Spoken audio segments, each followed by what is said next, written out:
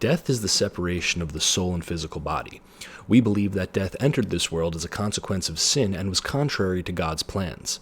Being that it was a result of sin, death is the last enemy of man for him to conquer. Jesus Christ freely submitted to death and then conquered it with his resurrection, thus transforming death into a blessing because he has opened heaven and has given us the possibility of salvation. Now, by living our earthly life in accordance with God's will, when it ends, we can then live for eternity with Christ. Our earthly life is a time of grace and mercy that God offers us to freely work out our eternal destiny by either accepting or rejecting the divine grace manifested in Christ. Our lives should be lived in preparation for our death, as neither the time or place shall be known to us. So if we wish to enter into heaven, it's best we remain prepared for death to come at any moment. At the moment of our death, we receive our eternal retribution, either entrance into heaven, sometimes after a purification period, or everlasting damnation into hell. Baptized Catholics enter into heaven by dying in a state of grace free of mortal sin. In heaven we see God as he is, also called the beatific vision, and we live the perfect life forever with Christ, the Virgin Mary, the angels, and all the blessed in eternal, definitive happiness beyond all human comprehension and understanding. Now, for many, there is a purification process called purgatory.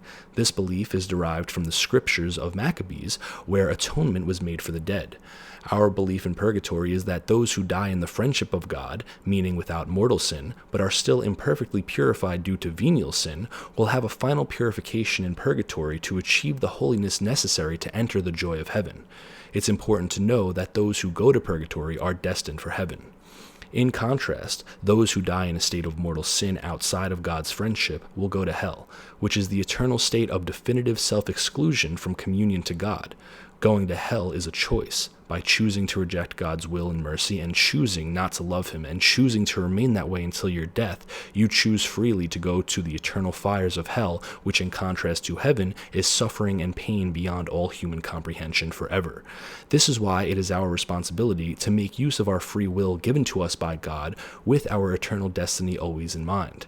Now, one of the Catholic dogmas is that there is no salvation outside of the Catholic Church, and it's a belief we cannot deny and must assent to, which is why it's so important that we try to get others to come to the one true church.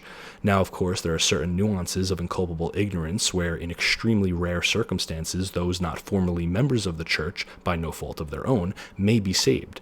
But we can go by church teaching and make reasonable assumptions on who is or isn't in heaven. However, the only ones we know for a fact that are in heaven are Christ, Mary, and the saints.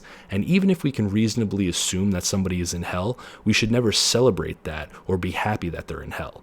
Even the worst people in the world, killers, rapists, and even pedophiles, those most deserving of hell, we shouldn't hope that they're in hell, even if we can reasonably assume that they are.